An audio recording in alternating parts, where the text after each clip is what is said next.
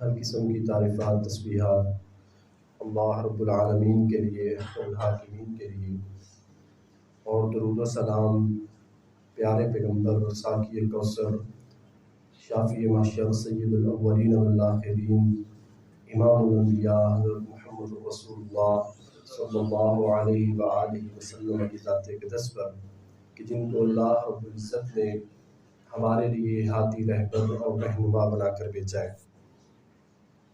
اللہ رب العالمین نے قرآن مجید کے اندر ارشاد فرمایا کہ لَتَجِدَنَّ أَشَدَّ النَّاسِ عَدَاوَةً لِلَّذِينَ آمَنُوا الْيَهُودَ، کہ جو لوگ مسلمان ہیں، کلمہ پڑھنے والے ہیں، ایمان والے ہیں، اس دنیا کے اندر ان کا سب سے جو بڑا دشمن ہے وہ یہودی ہے۔ ایمان والوں سے سب سے زیادہ سخت ترین عداوت کے اعتبار سے اگر کوئی قوم ہے تو وہ یہودی ہے۔ والذین اشرکوا، اور ان کے بعد مشرکین ہیں۔ یہودی جو ہیں یہ ایک ایسی ظالم اور غاصب قوم ہے کہ ان لوگوں نے اللہ رب العالمین کی اقدس ذات کے اوپر الزام لگانے سے گریز تک نہیں کیا۔ قرآن مجید کی آیات ہیں، یہودیوں نے اللہ رب العالمین کے بارے میں کہا کہ وقالت الیہود ید اللہ مغلولہ، انہوں نے کہا کہ نعوذ باللہ اللہ کے جو ہاتھ ہیں وہ مغلولہ ہے، مطلب بندھے ہوئے ہیں، یعنی نعوذ باللہ بخیل ہونے کا الزام جو ہے وہ اللہ کی ذات کے اوپر لگایا گیا۔ اور ایک اور مقام کے اوپر اللہ رب العالمین ان کے بارے میں فرماتے ہیں کہ یہودیوں نے کہا کہ ان اللہ فقیر ونحن اغنیاء، کہ نعوذ باللہ اللہ فقیر ہے اور ہم غنی ہیں۔ اللہ تعالیٰ نے قرآن مجید میں فرمایا کہ یہ ہم نے ان کی باتیں لکھی ہوئی ہیں، ان کے بارے میں ان سے پوچھا جائے گا، جو انہوں نے اللہ کی ذات کے اوپر الزام لگائے۔ یعنی یہ ایسی ظالم اور غاصب قوم ہے کہ جو کام انہوں نے کیے ہیں، جس قدر غلیظ حرکتیں ان کی ہیں، پوری دنیا کے اندر اور کسی قوم کی نہیں۔ عیسائیوں کے بارے میں نہیں اللہ تعالیٰ نے فرمایا، یہودیوں نے اللہ کی ذات کے اوپر الزام لگائے اور پھر انبیاء علیہم السلام کو ناحق قتل کیا تو یہودیوں نے کیا، انبیاء علیہم السلام کی تضحیق کی تو یہودیوں نے کی، استہزاء کیا یہودیوں نے کیا۔ حضرت یوسف علیہ السلام اور ان کے بھائی کے بارے میں جو پلاننگ تیار کی وہ یہودی تھے، ان کے جو دوسرے بھائی تھے یہودی ہی تھے۔ حضرت موسیٰ علیہ السلام ایک لمبی مدت تک فرعون کے ساتھ مقابلہ کرتے رہے، صرف ان کی خاطر، اس کی تکلیفوں کو جھیلتے رہے صرف ان کی خاطر، اور موسیٰ علیہ السلام نے ان کے لیے دعائیں کی، اللہ تعالیٰ نے ان کے لیے من و سلوہ نازل کر دیا۔ موسیٰ علیہ السلام نے ان کے لیے دعا کی، ان کے اوپر بادل سایہ کرتے تھے۔ موسیٰ علیہ السلام نے ان کے لیے دعا کی، اللہ نے 12 پانی کے چشمے جاری کر دیے۔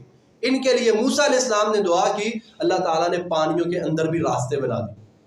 یہ وہ قوم موسیٰ علیہ السلام کو بھی ان لوگوں نے نہیں بخشا۔ جب موسیٰ علیہ السلام نے ان کو کہا کہ اللہ کی ذات کے اوپر ایمان لے کر آؤ، تو کہنے لگے کہ ہم اس وقت تک ایمان نہیں لائیں گے، لن نؤمن حتی نری اللہ جہرۃ، ہمیں اللہ ایسے واضح آمنے سامنے سیدھا صاف نظر آئے، ہم تب اللہ پر ایمان لے کر آئے، ہم ایسے ایمان نہیں لے کر آئے۔ یعنی ہر کام ان کا جو ہے وہ الٹا، ہر کام جو ہے وہ الٹا۔ اللہ رب العالمین نے ان کو ہفتے والے دن مچھلیاں پکڑنے سے منع کر دیا کہ تم نے ہفتے والے، یہ شروع سے اول روز سے یہ ساز باز قوم ہے، انتہائی خبیث قوم ہے یہ یہودیوں۔ اللہ تعالیٰ نے ان کو منع کیا کہ تم نے ہفتے والے دن مچھلیاں نہیں پکڑنی۔ انہوں نے کیا کیا کہ ہفتے والا دن ایک آزمائش کا دن تھا، مچھلیاں جو ہے نا وہ کناروں پر آ جاتی تھی، تو انہوں نے کناروں کے درمیان جو ہے نا وہ گڑھے کھود دیے تاکہ وہ مچھلیاں ادھر آ جاتی، ان کو دھکیل کر ادھر کر دیتے اور پکڑ جو ہے نا وہ اتوار والے دن دیتے۔ اللہ تعالیٰ نے کیا فرمایا، فلما آتوا عما نہوا عنہ، جب انہوں نے ان کو ہم نے ایک کام سے منع کیا، جب پھر انہوں نے سرکشی کی، ہم نے ان کو بندر بنا دیا، ہم نے ان کی شکلیں تبدیل کر دی۔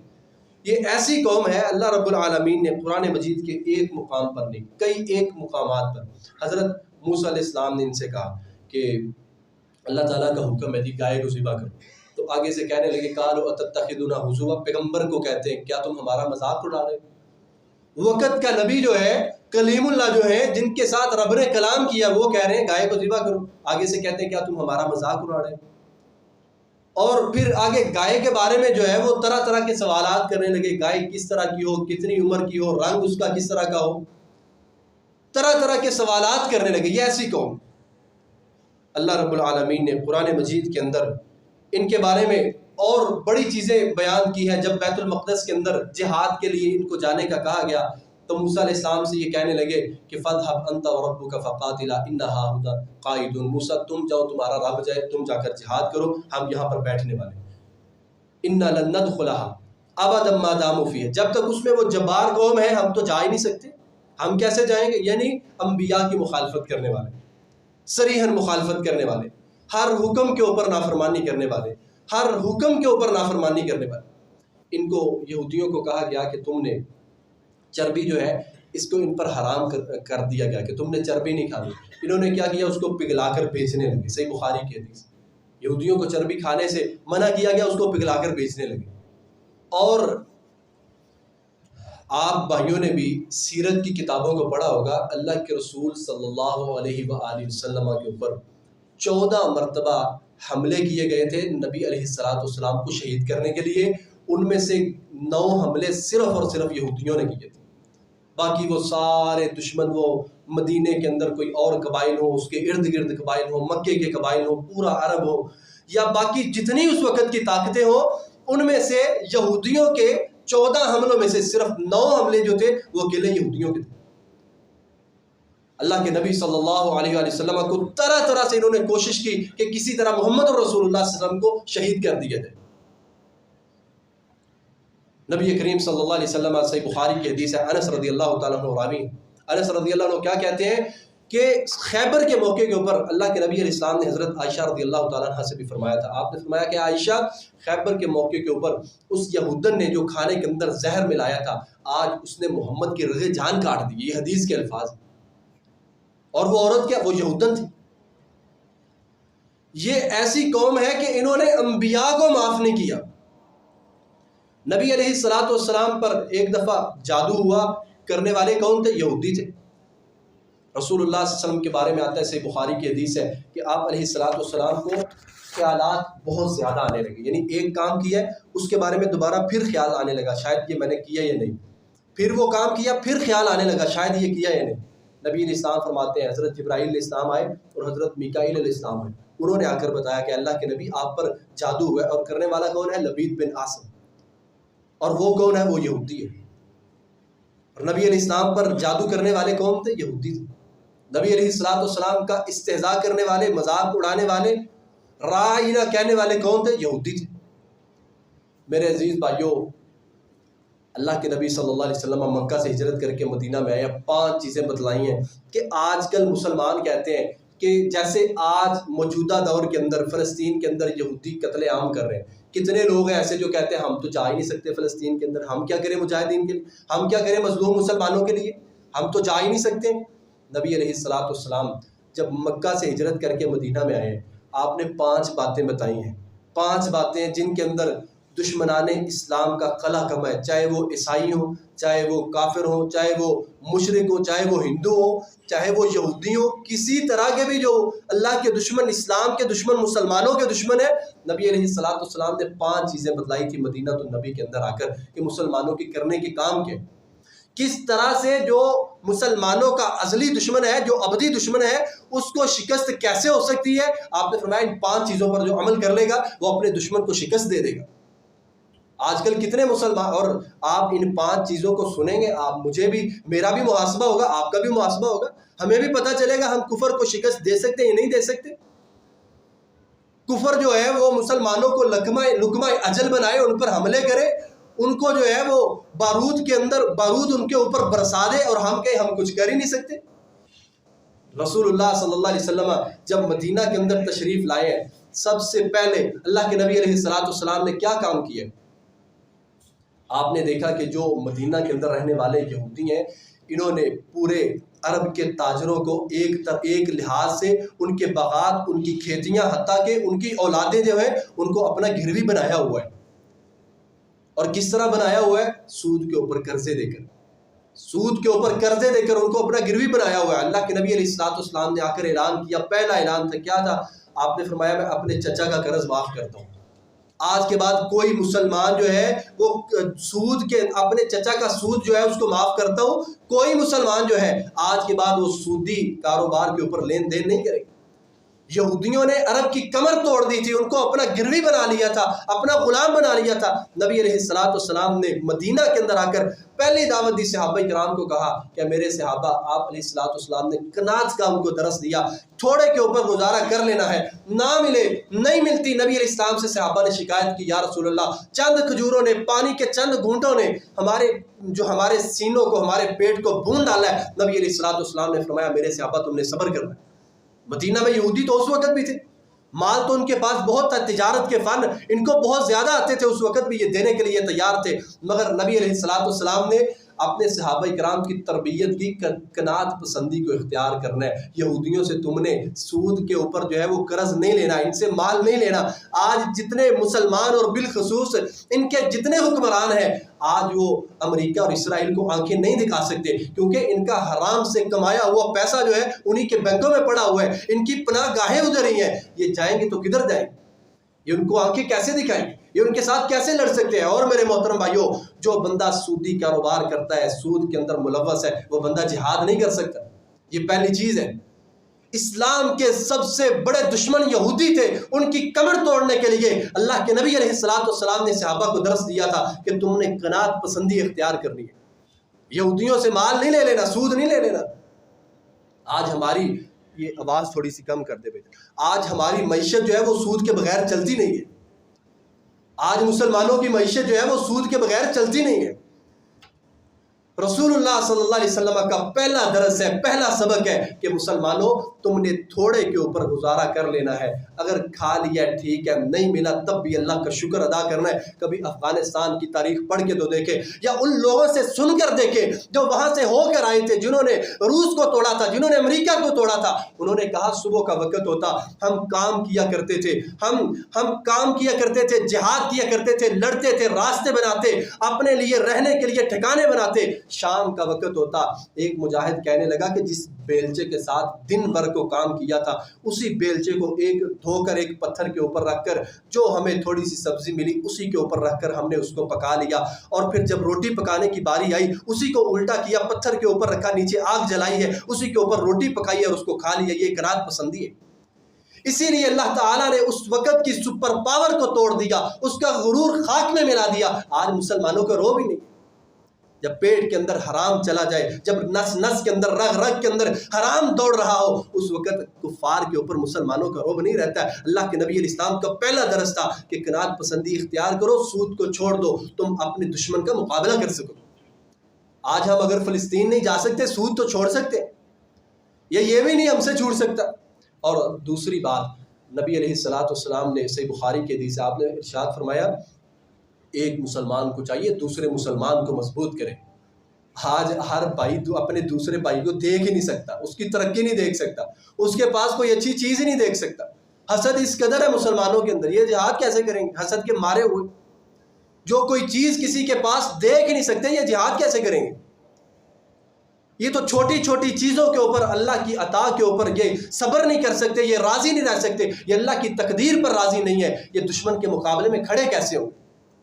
یہ تو کسی کے پاس 10 20 لاکھ 30 لاکھ دیکھ نہیں سکتے، یہ اپنے سے مد مقابل کو جو توپیں ٹینک تیارے لے کر آ جائے، جو بارود برسائے، یہ اس کے مقابلے میں کھڑے کیسے ہو سکیں؟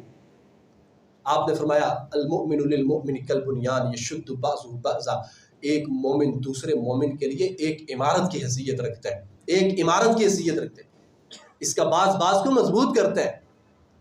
نبی علیہ السلام نے صحابہ اکرام کو یہ درس دیا، المسلم اخو المسلم لا یظلمہ لا یخذلہ ولا یسلمہ۔ آپ نے فرمایا مسلمان کا بھائی ہے، مسلمان اپنے بھائی کو بے یار و مددگار نہیں چھوڑتا۔ امریکہ نے کہا تھا نا ملا عمر کو کہ اسامہ کو ہمارے حوالے کر دو، تو مجلس شورا نے کیا کہا تھا؟ ملا عمر کو اس کی مجلس شورا نے کیا کہا تھا کہ ایک بندے کی خاطر تو پورے ملک کے اندر جنگ لگوائے گا؟ سارے افغانیوں کو قتل عام کرے گا، تو اس نے پوری کی پوری مجلس شورا کو صرف ایک حدیث سنائی تھی کہ مجھے اس کا جواب دے دو۔ نبی علیہ السلام نے فرمایا کہ المسلم اخو المسلم، مسلمان مسلمان کا بھائی ہے، مسلمان اپنے بھائی کو نہ اس کی تذلیل کرتا ہے نہ اس کو بیار و مددگار چھوڑتا ہے۔ اس نے کہا تھا صرف ایک اس حدیث کا جواب دے دو، اسامہ کو امریکہ کے حوالے کر دیتے۔ سارے لاجواب تھے۔ آج ہمارے پاس ہمارے اندر کیا ہے؟ مسلکی منافرت ہے، یہ وہابی ہے، یہ بریلوی ہے، یہ دیوبندی ہے، اور اعلان کیے جاتے ہیں جنازوں کے اوپر، اعلان کیے جاتے ہیں کہ اگر اس جنازے کے اندر کوئی دیوبندی اہل حدیث موجود ہے وہ باہر نکل جائے۔ یہ دشمن کا مقابلہ کرنے والے ہیں، یہ اپنی جو ہے نا اپنے معتقدین کو، اپنے پیچھے نماز جمعے پڑھنے والوں کو کیا درس دے رہے ہیں؟ المؤمن للمؤمن کالبنیان یشد بعضہ بعضا، یہ مسلک کی بنیاد یہ بھی تو بعد میں رہ جاتی ہے، بھائی کو برداشت نہیں کر سکتا۔ کتنا عرصہ ہوا ہے ایک دوسرے کے ہم نے کبھی چہرے نہیں دیکھے، ایک دوسرے کے جنازے تک جانے کے لیے جو ہے نا دل گوارا نہیں کرتا۔ بھائی کی بیٹی کی شادی ہے، بھائی کے بیٹے کی شادی ہے، میرا ضمیر ہی نہیں گوارا کرتا، میری جو نفرت ہے وہ کم ہی نہیں ہوتی، میرا غصہ جو ہے وہ کم ہی نہیں پڑتا کہ میں وہاں پر چلا جاؤں، مجھے دعوت دی جاتی ہے۔ تو میرے عزیز بھائیوں، ہم ایک دوسرے کو کمزور جب کرنا شروع کر دیں گے ہم جہاد نہیں کر سکتے۔ نبی علیہ السلام نے مدینہ کے اندر دوسرا صحابہ کو، درس یہ صحابہ کرام تھے نا جو سن کر عمل کرنے والے، ایک نے کہا کہ میری 2 بیویاں ہیں، ایک کو طلاق دیتا ہوں، تم اس سے شادی کر لینا، 2 گھر ہیں، ایک گھر تمہارے لیے چھوڑ دیتا ہوں، اتنے باغات ہیں، اتنی زمین ہے، آدھی تمہارے لیے چھوڑ دیتا ہوں۔ آج کیا اپنے بھائی کے لیے ہم کوئی چیز چھوڑ سکتے ہیں؟ اپنے بھائی کے لیے کوئی چیز چھوڑ سکتے ہیں؟ اپنے ماں باپ کے لیے نہیں؟ آپ سوشل میڈیا پہ دیکھ لیں، اپنے ماں باپ کو لوگ مار رہے ہیں وراثت کے پیچھے۔ یہ امت مسلمہ جہاد کرے گی؟ جو ایک دوسرے کو کمزور کرنے کے اوپر لگے ہوئے ہیں میرے محترم بھائیوں، یاد رکھنا وہ کبھی جہاد نہیں کر سکتے۔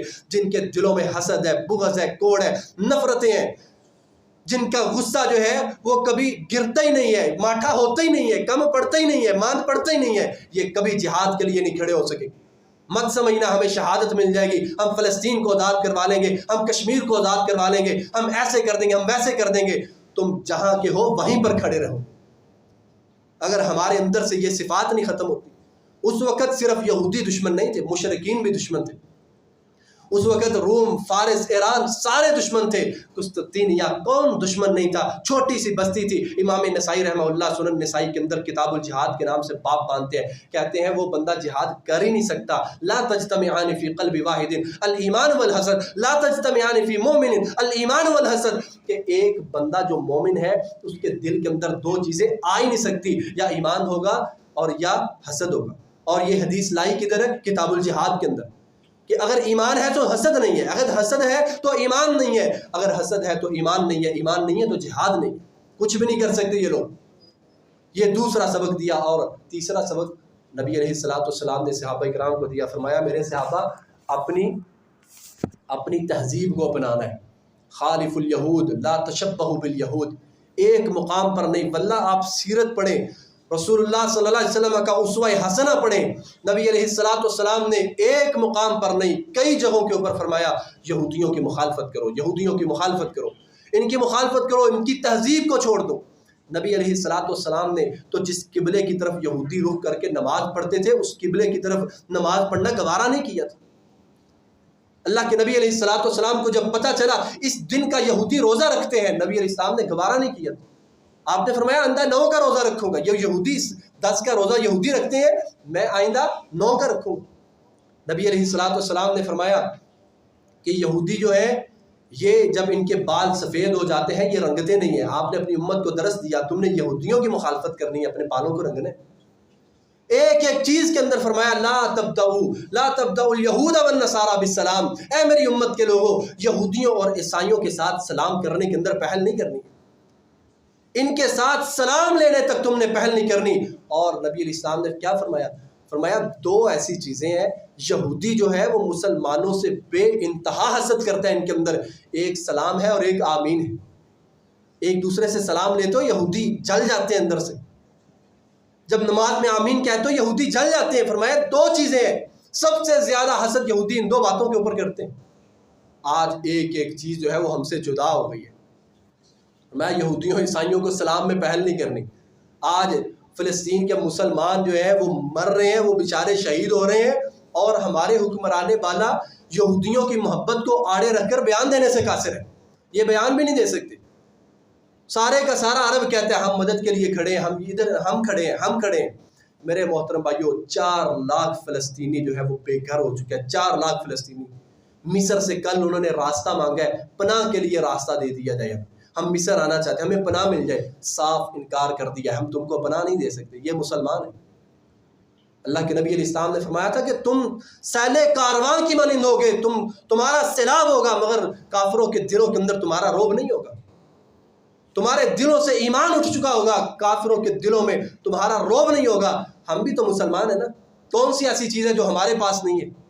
کون سی ایسی چیز ہے؟ اللہ کی قسم ایسی چیزیں شاید یہودیوں کے پاس نہ ہو، ایسی جو ہے ٹیکنالوجی شاید یہود و نصارہ کے پاس نہ ہو، جو آج اللہ تعالیٰ نے امت اسلام کو، پاکستان کو عطا کی ہے، مگر یہ جہاد کرنے سے قاصر ہیں، یہ ڈرتے ہیں، یہ موت سے ڈرتے ہیں۔ جہاد وہ کرے گا جو آفیسر بیٹھے ہوئے سامنے نوجوان لڑکیاں جو ہے اپنے سینے دکھا رہی ہوں، منجرے کر رہی ہوں، ناچ ناچ کر ان کو دکھا رہی ہوں، کیا یہ قوم جہاد کرے گی؟ میرے موبائل کے اندر گندے گانے، میرے موبائل کے اندر گندی ویڈیو، میری بچیاں، میری بہنیں، میری بیٹیاں، ہم سب کا جتنا معاشرہ ہے، شام تک جو ہے، شام سے لے کر فجر ہونے تک جو ہے وہ غیروں کی تہذیب کو دیکھ کر ناچتا رہے، اس طرح کے کرتوت کرتا رہے، کیا ہم یہودیوں اور عیسائیوں پر غالب آ جائیں گے؟ یہودیوں اور عیسائیوں کو کیا ہم جڑ سے اکھاڑ دیں گے؟ ہم مٹا ڈالیں گے؟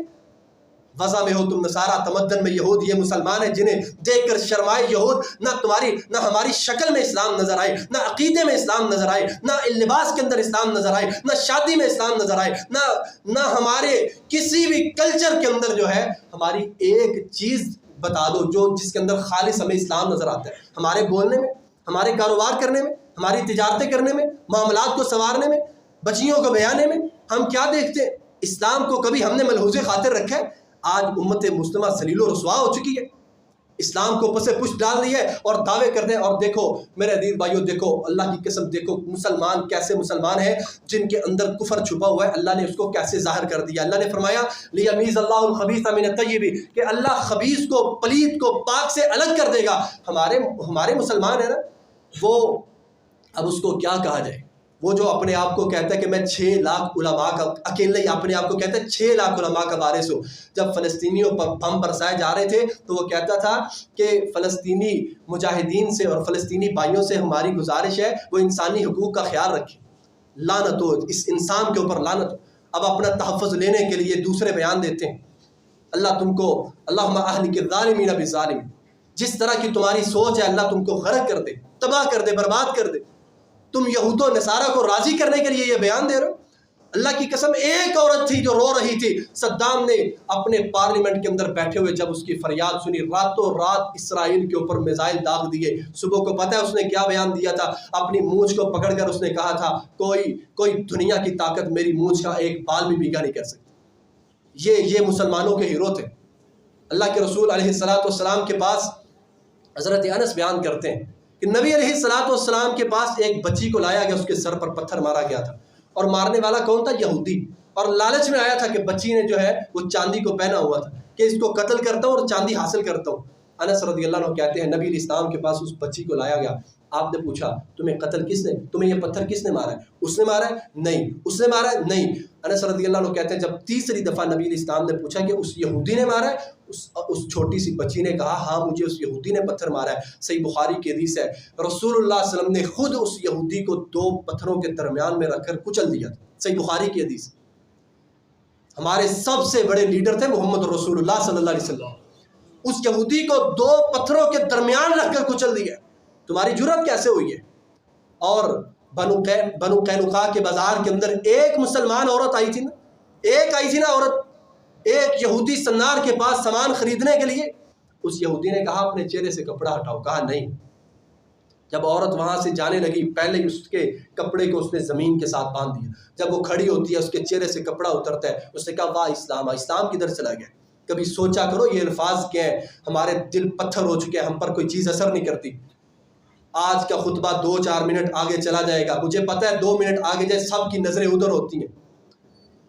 میرے عزیز بھائیو یاد رکھنا، اللہ کے نبی علیہ السلام کا صحابی پاس کھڑا تھا، اس نے کہا اسلام کدھر چلا گیا؟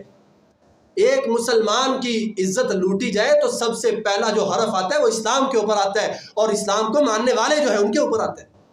ان کی غیرت کدھر چلی گئی ہے، ان کی جوانیاں کدھر چلی گئی؟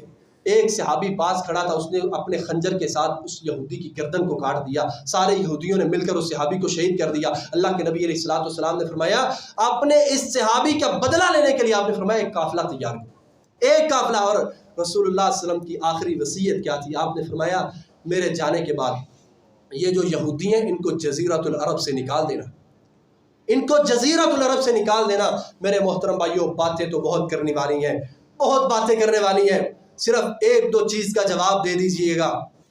فلسطین کے اوپر کس قدر بمباری ہو رہی ہے، کس قدر مسلمان شہید ہو رہے ہیں، کس قدر کٹ رہے ہیں مسلمان، جل رہے ہیں مسلمان۔ اللہ کی قسم ذرا کبھی الجزیرہ کے اندر جا کر، یہ ہمارا بکاؤ میڈیا، یہ لعنتی وہ چیز دکھا نہیں سکتے جو تم کو الجزیرہ دکھائے گا۔ الجزیرہ عرب کا اپنا چینل ہے، کبھی اس کو کھول کر دیکھنا۔ رونا بھی جو ہے وہ تین طرح کا ہوتا ہے، ایک انسان مصنوعی روتا ہے، ایک انسان روتا ہے چیخو پکار کرتا ہے جب اس کو تکلیف پہنچتی ہے، اور ایک ایسا انسان جس پہ اتنا ظلم ہوتا ہے وہ روتا تو ہے، آنکھوں سے آنسو نکلتے ہیں مگر اس کی آہو بکا بند ہو جاتی ہے۔ ایسے رو رہے ہیں وہ لوگ، ایسے رو رہے ہیں فلسطینی، اپنی بچیوں کو اٹھایا ہوا ہے، اپنے بیٹوں کو اٹھایا ہوا ہے، اور فلسطین کے مردہ خانوں کے اندر لاشیں رکھنے کے لیے اب جگہ نہیں ہے۔ فلسطین کے مردہ خانوں کے اندر لاشیں رکھنے کے لیے جگہ نہیں ہے۔ اور میرے محترم بھائیوں، آخری بات کیا ہے؟ ہمارا کردار کیا ہے، ہمارا رویہ کیا ہے؟ ایک چھوٹا سا سوال مجھ سے بھی ہے، آپ سے بھی ہے۔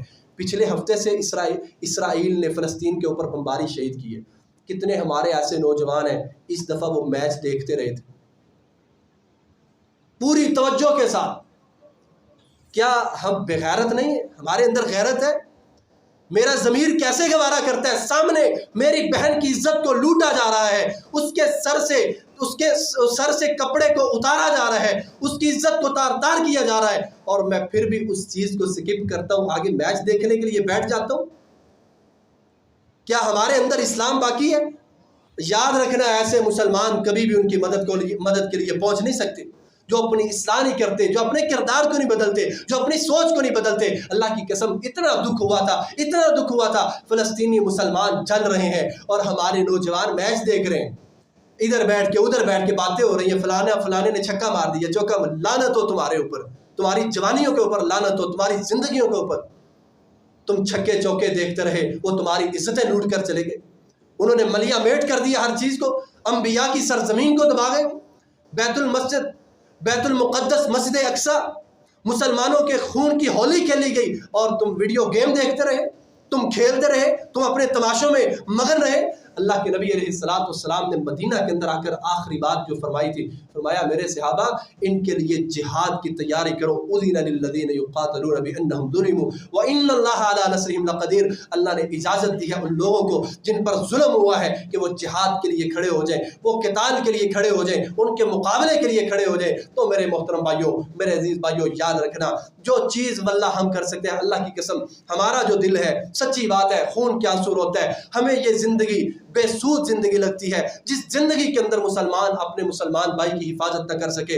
آج جن لوگوں کی ذمہ داری ہے، اگر وہ کھڑے نہ ہوئے، اگر انہوں نے ساتھ نہ دیا، کل قیامت کا دن ہوگا جدھر ان کے گریبانوں پر وہ ہاتھ ڈالیں گے، اللہ کے فضل و کرم سے ہم بھی ان کے گریبانوں پر ہاتھ ڈالیں گے کہ اللہ نہ انہوں نے ہمیں جانے دیا، نہ یہ خود نکلے، حالانکہ انفروا خفافا وثقالا، تمہارے پاس تو سب کچھ ہے۔ اللہ تو ان کو کہتا ہے جن کے پاس کچھ بھی نہیں ہے، اللہ نے تو ان کے بارے میں فرمایا ہے کہ تم نے بھی نکلنا ہے، مدد کرنا تمہارے رب کا کام ہے۔ اللہ تعالیٰ سے دعا ہے اللہ تعالیٰ قرآن و سنت کو سمجھنے اور اس پر عمل کرنے کی توفیق عطا فرمائے۔ وآخر